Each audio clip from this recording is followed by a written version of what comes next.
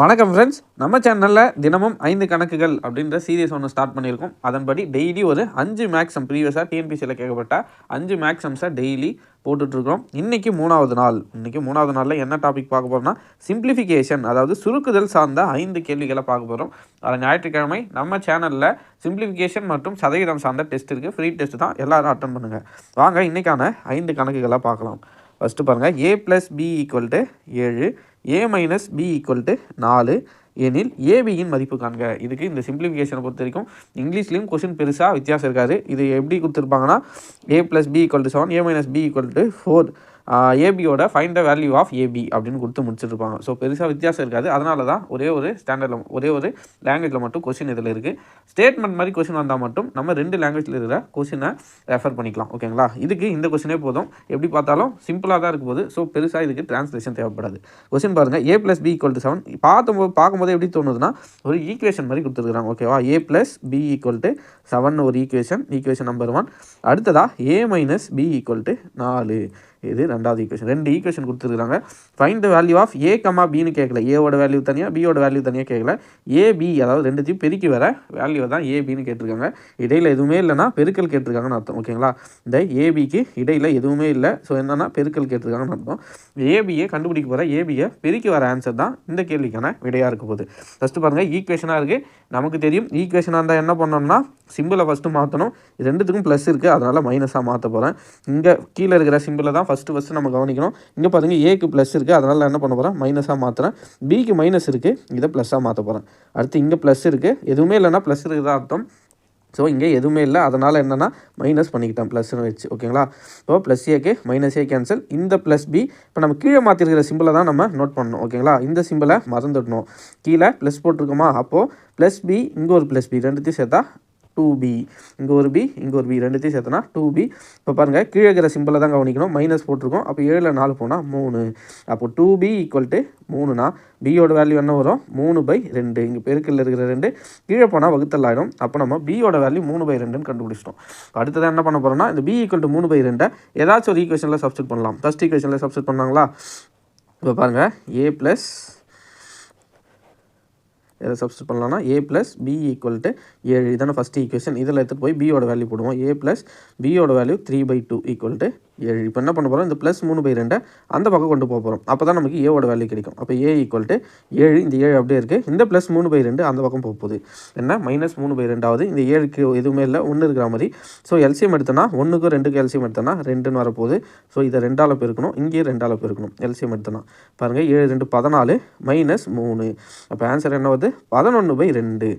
ஏவோட வேல்யூ என்ன வருது, 11/2. பியோட வேல்யூ 3/2. ஓகேங்களா, ஏ பி ரெண்டுத்தோட வேல்யூ கிடச்சிச்சு. கொஸ்டினில் என்ன கேட்டிருக்காங்க, a × b தான் கேட்டிருக்காங்க. ஓகேவா, அப்போ ஏவோட வேல்யூ 11/2, பியோட வேல்யூ 3/2. ரெண்டுத்தையும் பெருக்கலாங்களா, 11 3 33, 2 2 4. அப்போ ஏபியோட வேல்யூ என்னன்னா 33/4. நம்ம ஆப்ஷனில் எங்கே இருக்குன்னு பாருங்கள், ஆப்ஷன் சி 33/4 என்பது இந்த கேள்விக்கான சரியான விடை. அடுத்த கேள்வி பார்க்கலாங்களா. ரொம்ப எளிமையான ஒரு கணக்கு தான் அது. அடுத்து பாருங்கள், 1/5 = 1/x. இங்கே இந்த மாதிரி 4 இது கொடுத்துருந்தா இது ஈக்குவல் சிம்பிள்னு அர்த்தம். ஓகேங்களா, இது 1/x, இது மாதிரி கொடுத்துருந்தா டிவைடுன்னு அர்த்தம். ஓகேங்களா, பை அப்படி கூட நம்ம வச்சுக்கலாம். 1/x / 1/25. இப்போ பாருங்கள், ஃபஸ்ட் என்ன இருக்குது, 1/5. இங்கே பாருங்கள், இது வகுத்தல் இருக்கிற மாதிரி நம்ம என்ன பண்ண போகிறோம், இந்த மாதிரி கொடுத்தாலே வகுத்தலை நம்ம பெருக்கலாம் மாற்றணும்னா என்ன பண்ணலாம்னா இதோட தலைக்கீழ் எழுதிக்கலாம். ஓகேங்களா, இப்போ x/1. இது எப்படி வருதுன்னா ஒன்றும் இல்லை, 1/5 டிவைடட் பை இந்த சிம்பிளுக்காக என்ன பண்ண போகிறோம்னா டிவைட் போட்டுக்கிட்டோம் 1/x. ஓகேங்களா, இதை இப்போது இது 2 கீழே இருக்கும், இது மேலே போய்டும். அப்போ என்ன ஆகுனா 1/5 வந்து என்னவா மாறிடும்னா x/5 மாறிடும். 1/5 × x/1. ஓகேங்களா, இதை பெருக்கணும்னா x/5. ஓகேங்களா, இப்படி வரும். இதை தான் நம்ம என்ன பண்ணியிருக்கோம்னா ஷார்ட் ஃபார்மாக அப்படியே வகுத்தலில் மாற்றி அப்படியே வகுத்தல் இருக்கிறத பெருக்கலுக்கு மாற்றணுன்னா என்ன ஆகுதுன்னா இதோட தலைக்கீழ் அடுத்த டேர்மோட தலைக்கீழே எழுதிக்கிறோம். ஓகேங்களா, இடையில் ஈக்குவல்ட்டு இருக்குது, அந்த ஈக்குவல்ட்டு அப்படியே போட்டுக்கோங்க. இங்கே அடுத்தது பாருங்கள், 1/x ஈஸ்ட் இங்கேயும் ஈஸ்ட் இருக்குங்களா, இது என்ன பண்ண போகிறோம், பெருக்கலாக மாற்றுறோம். அதனால் இதோட தலைக்கீழ் எழுதிக்கோங்க. 1/2 divided by x divided by 1 ஓகேங்களா. இப்போ பெருக்குங்க 1 × x x divided by 5 × 1 5 equal to 1 × 2 1.25 1.25 divided by x × 1 x ஓகேங்களா. இதுதான் நம்மளுக்கு கிடச்சிருக்கு. இப்போ என்ன பண்ண போகிறோம், நம்மளுக்கு கொஸ்டினில் கேட்டிருக்கிறது என்ன கேட்டிருக்காங்க, எக்ஸோட மதிப்பு கேட்டிருக்காங்க. அப்போ என்ன பண்ண போகிறோம்னா எக்ஸ் தான் கண்டுபிடிக்கணும். இங்கே ஒரு எக்ஸ் இருக்குது, இங்கே ஒரு எக்ஸ் இருக்குது. அப்போ இந்த எக்ஸை இங்கே கொண்டு போக போகிறோம், இங்கே இருக்கிற 5 இங்கே கொண்டு போக போகிறோம் ஓகேங்களா. அப்போ எக்ஸ் × எக்ஸ் ஆகிடுங்களா, எக்ஸ் × எக்ஸ் ஈக்குவல் டு இங்கே 1.25 × 5 இந்த 5 மேலே போயிடுச்சுன்னா பெருக்கலுக்கு போயிடும். அப்போ x × x X square equal to 1.25 × 5 எவ்வளோ வரும்னு பார்த்தோன்னா 6.25 வரும். எவ்வளோ 6.25 வரும். பெருக்கி பார்த்தீங்கன்னா என்ன பெருக்கி பாருங்கள், இது ஒன்றும் இல்லை 125 × 5 அப்படின்னு போட்டு நீங்கள் பாயிண்ட்டை மாற்றி வச்சிங்கன்னா கூட ஆன்சர் ஈஸியாக கெஸ் பண்ணிடலாம் ஓகேங்களா. அடுத்ததாக பாருங்கள் 6.25க்கு இங்கே ஸ்கொயர் இருக்குது. இந்த ஸ்கொயர் கேன்சல் பண்ணோன்னா ரூட் எடுக்கணும். So square root on both side, ரெண்டு பக்கமும் ரூட் எடுத்தோன்னா என்ன ஆகும்னா இங்கே எக்ஸ் ஸ்கொயர்ன்றது எக்ஸாக மாறிடும். இங்கே ரூட் ஆஃப் 6.25 வரும். ரூட் ஆஃப் 6.25க்கு என்ன வரும், 625க்கு ரூட் எடுத்தனா 25 வருங்களா. அப்படியே நம்ம புள்ளியை தள்ளி வச்சோன்னா 2.5 எக்ஸோட வேல்யூ என்ன வரும், 2.5ன்னு வரும். ஆப்ஷனில் பாருங்கள் 2.5 இருக்கான்னு, ஆப்ஷனில் 2.5 இல்லை, அதுக்கு பதிலாக என்ன கொடுத்துருக்குன்னா 5/2ன்னு கொடுத்துருக்காங்க. நல்லா கவனிங்க, ஆப்ஷனில் 2.5க்கு பதில் 5/2ன்னு கொடுத்துருக்காங்க. 5/2 வகுத்தனா என்ன கிடைக்கும், 2.5ன்னு கிடைக்கும். இதுதான் ஆன்சர். அப்போது ஆப்ஷன் பி தான் இந்த கேள்விக்கான சரியான விடை. ஆப்ஷன் இப்படியும் மாற்றி கேட்குறதுக்கு நிறைய வாய்ப்பு இருக்குது. இந்த மாதிரி கேட்டாலும் நம்ம அந்த டைமில் யோசித்து கரெக்டாக ஆன்சர் பண்ணிக்கணும் ஓகேங்களா. அடுத்த கேள்வி பாருங்கள், இதுவும் டிஎன்பிசியில் நிறைய முறை கேட்கப்பட்ட கேள்வி. ஃபஸ்ட்டு பாருங்கள், ஒரே நம்பரை 3 டைம் பெருக்கியிருக்காங்க.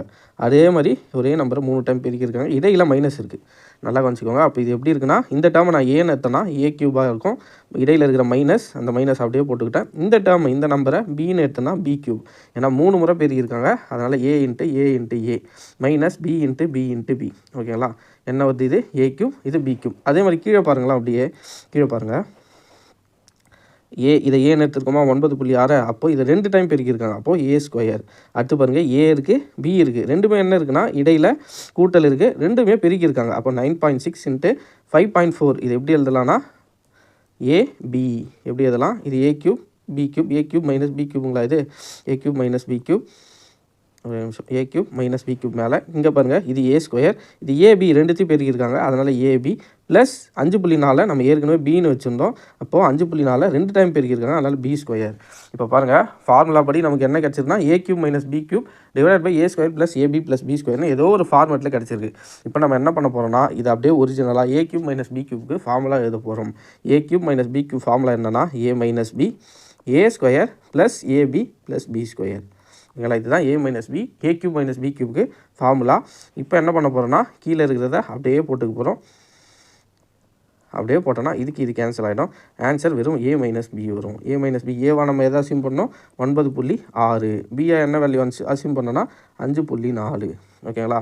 9.6ல் 5.4 போனால் ஆன்சர் 2 4. அப்போ ஆன்சர் என்னென்னா 4.2. ஆப்ஷன் இருக்கா பாருங்கள், இதுக்கு ஆப்ஷன் சி 4.2 என்பதே இந்த கேள்விக்கான சரியான விடை. நீங்களா அடுத்த கேள்வி பாருங்கள், x/y = 4/5. இந்த மாதிரி ஈக்குவல்ட்டு கொடுத்துட்டு மேலே 2க்கு ஈக்குவல், இப்போது 2 கான்ஸ்டன்ட் கொடுத்துட்டு அதுக்கு ஈக்குவலாக 2 நம்பரை கொடுத்துருந்தா ஒன்றுமே இல்லை, ரொம்ப எளிமை. இதுக்கு இது ஈக்குவல், இதுக்கு இது ஈக்குவல். அப்போ எக்ஸோட வேல்யூ 4, ஒய்யோட வேல்யூ 5. ஈஸியாக நமக்கு XY வேல்யூவை அவங்களே கொடுத்துட்டாங்க. இப்போ ஒன்றும் இல்லை, இவங்க கொடுத்துருக்கிற இந்த ஈக்குவேஷனில் நம்ம சப்ஸ்டியூட் பண்ணோன்னா ஆன்சர் வந்துடும் ஓகேங்களா. இப்போ பாருங்கள் 4/7 ப்ளஸ் 2 × y வேல்யூ சப்ஸ்டியூட் பண்ணணும். ஒய்யோட வேல்யூ என்ன 5, இப்போ 2 × 5 மைனஸ் எக்ஸோட value 4 divided by 2 × y value கேட்டுருக்காங்க 2y. அப்போது 2 × y வேல்யூ என்ன 5 ப்ளஸ் 4. ஒன்றும் இல்லை, இங்கே ப்ளஸ் இங்கே மைனஸில் இருக்குது, இங்கே ப்ளஸில் இருக்குது ஓகேங்களா. இதோட ப்ராக்கெட் க்ளோஸ்.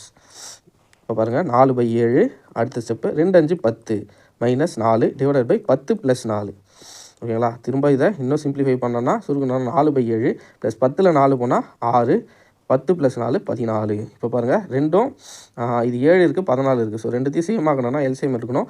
7க்கும் 14க்கும் எல்சிஎம் எடுத்தோன்னா 14 கிடைக்கும். மேக்ஸிமம் பெரிய நம்பர் தான் எல்சிஎம்மாக இருக்கும். அப்போ என்னென்னா 14. இதை 2 முறை பெருக்கணுங்களா, இங்கே 14 அப்போ என்ன ஆகுனா மேலே 8 ப்ளஸ் இங்கே என்ன இருக்குது 6 ஆல்ரெடி இருக்குது. இங்கே நம்ம எதுவுமே பெருக்க தேவையில்லை, ஏன்னா ஆல்ரெடி இங்கே 14 இருக்குது. அதனால் 1ஆல் பெருக்கணும். அப்போ இருக்குன்னா 6 கிடைக்கும். அப்போ 14/14 8யும் 6யும் கூட்டினா 14/14. அப்போ ஆன்சர் 1. பாருங்கள் ஆன்சர் என்னென்னா 1.